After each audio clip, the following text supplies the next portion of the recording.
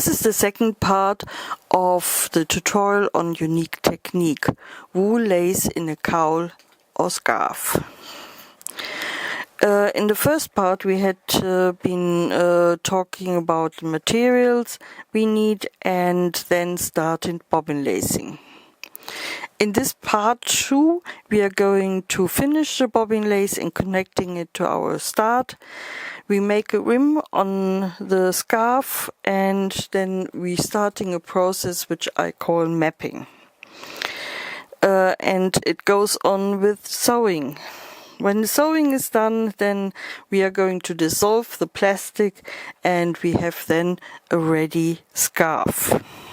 Welcome to my channel. My name is Uli Baisi. I'm a contemporary lace maker and I'm happy to see you here. I'm making a tully in the moment out of wool. If you want to know how I'm making these, I've made a tutorial on this, which the link is on your upper right side. Please subscribe to my channel and give me thumbs up. That's very important. And also, if you have questions, please write them to me. I have to shortcut quite a lot of things because otherwise the tutorial would go on for several hours, so I hope I have cut not too much. See me here, the flowers I've made. They are made out of 8 tullies and I have taken 4 pairs of tullies of bobbins in to make the flower a bit bigger. I'm securing now the flower. I'm sewing around, securing it on each side.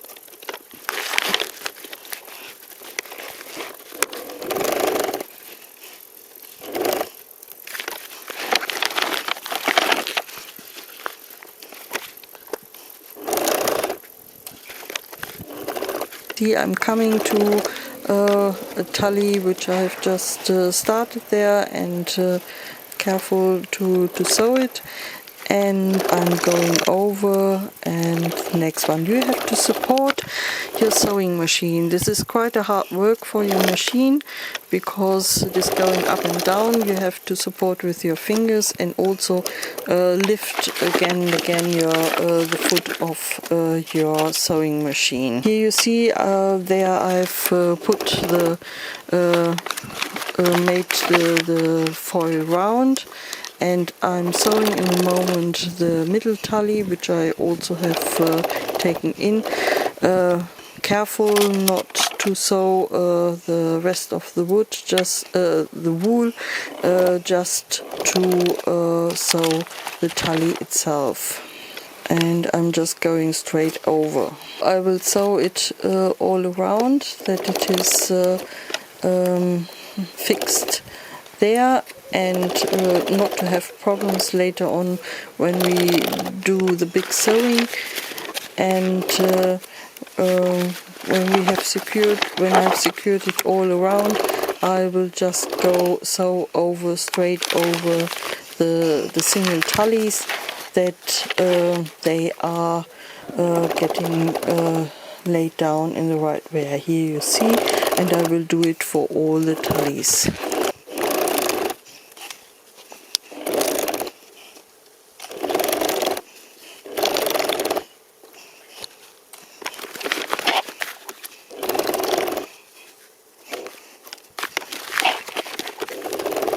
The bobbins are still there. They get muddled up with all this moving around with the sewing machine. Here you see me sorting.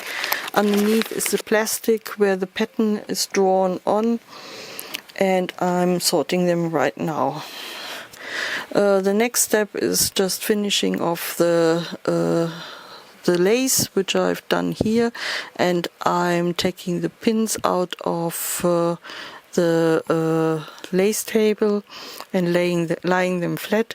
It doesn't matter that underneath the plastic is also had been punched. That's not a problem at all.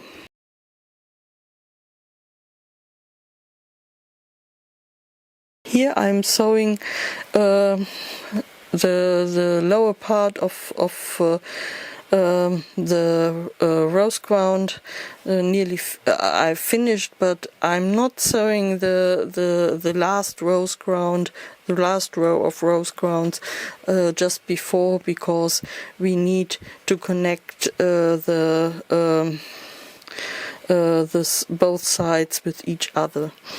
I've made mistakes here. I've made double knots. It's just needed to put one sling on, because otherwise it's going to be too big and it will be too much seen. But I haven't made cowls for a while. It's a few years ago. I've just made really big scarves, about 2.20 meters long, and the last years for friends and relatives. So you see me sewing. I'm very careful to get the threads, the wool, that everything is going to be secured.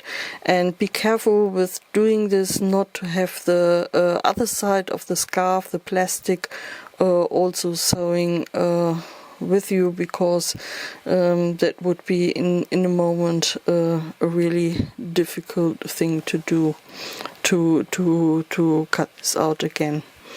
So I'm doing the knots for the next round. I'm carefully lying them to the sides, that everything is being sorted, and I'm going over. When I've done this, I'm going to make a rim.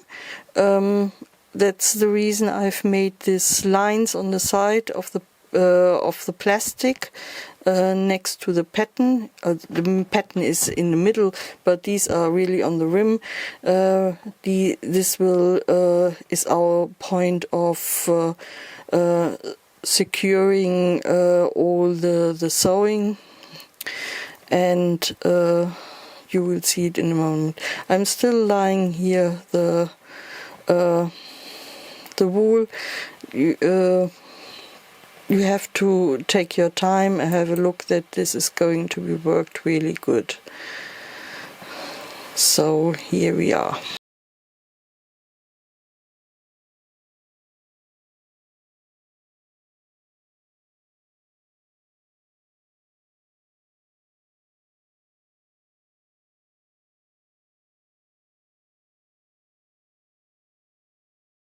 Now you see the rim on one side is ready. It's a wool. It's a wool thread which is being sewn in a zigzag. That's the only time I'm using a zigzag, but this is important. And now I'm going over to the other side, and this is the wool I'm using.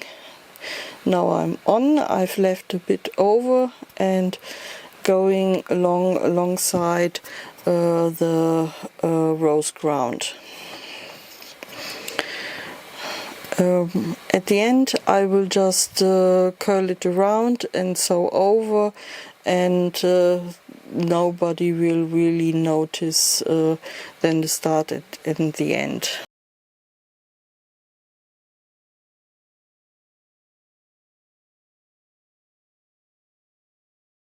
All the pins and bobbins are gone, everything is cut and taken out.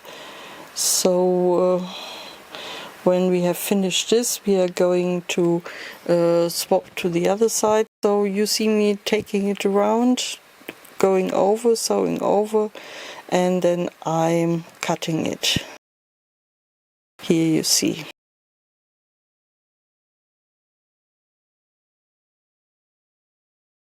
That's what we've done right now, and I'm turning to the other side. It's much nicer to sew on, but you still have to help your sewing machine and taking care that the plastic doesn't get folds. You will always have a few folds, but not too much, because that would be just changing the structure.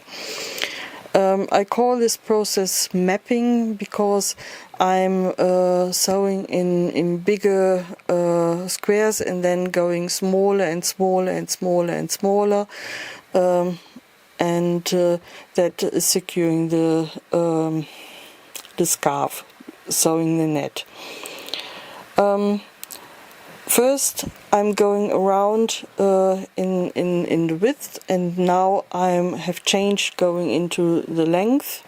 So basically I'm going around in the moment, and when I have been finished both ways, I will change the color with the threads I'm sewing. I'm using always different colors on top and top thread and the bottom thread, and so you see I'm on the next round and sewing in between. I'm always halving, and I'm always changing the sides on the rim. This is important because that gives it all structure and holding it.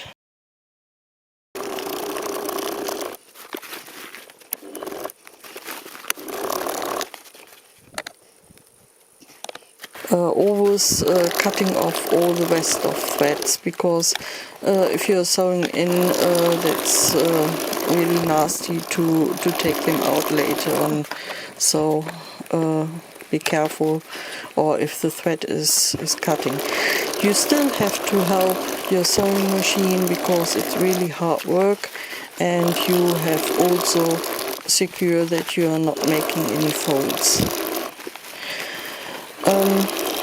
You see I'm gonna have sewn quite a lot. The squares are really small right now, and it's your decision how fine the net you are sewing, but don't make it too big, because then your rings or your fingers will get stuck, so it has to be a bit finer. I've done a really fine net. You could make it a bit bigger. That wouldn't have been a problem, but you have to test it out what is good for you. If you have made it too wide and you have dissolved the plastic, you can always lay another plastic under it and go on sewing again. You really have to keep your attention to the sewing. So now I've finished. This is a bowl with hot water, really hot water. And this is the finished scarf. You see it on the left side.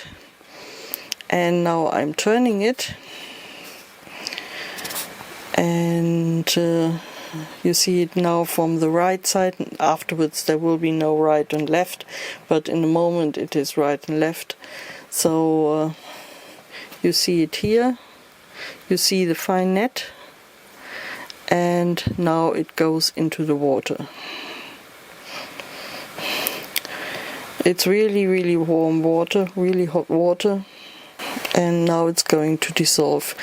I have cut out some time. It's not going so fast, but it doesn't take really that long time.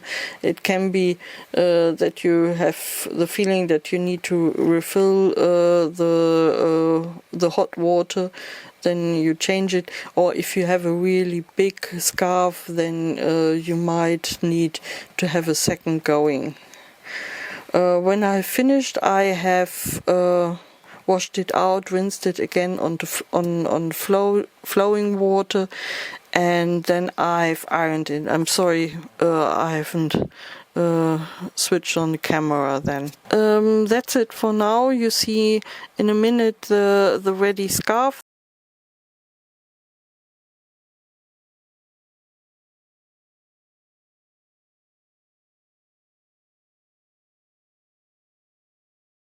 This is the ready scarf. You see it's gone quite nice. You see the fine net and the flowers. I hope you did understand everything, that I didn't cut out too much. If there are bits which you really can't understand, I can make some extra on it. I have enough video material. Please come forward and write it in the comments, please. Here you see draped it around my headless puppet, and I wish you a good time, and please don't forget to subscribe. Bye bye.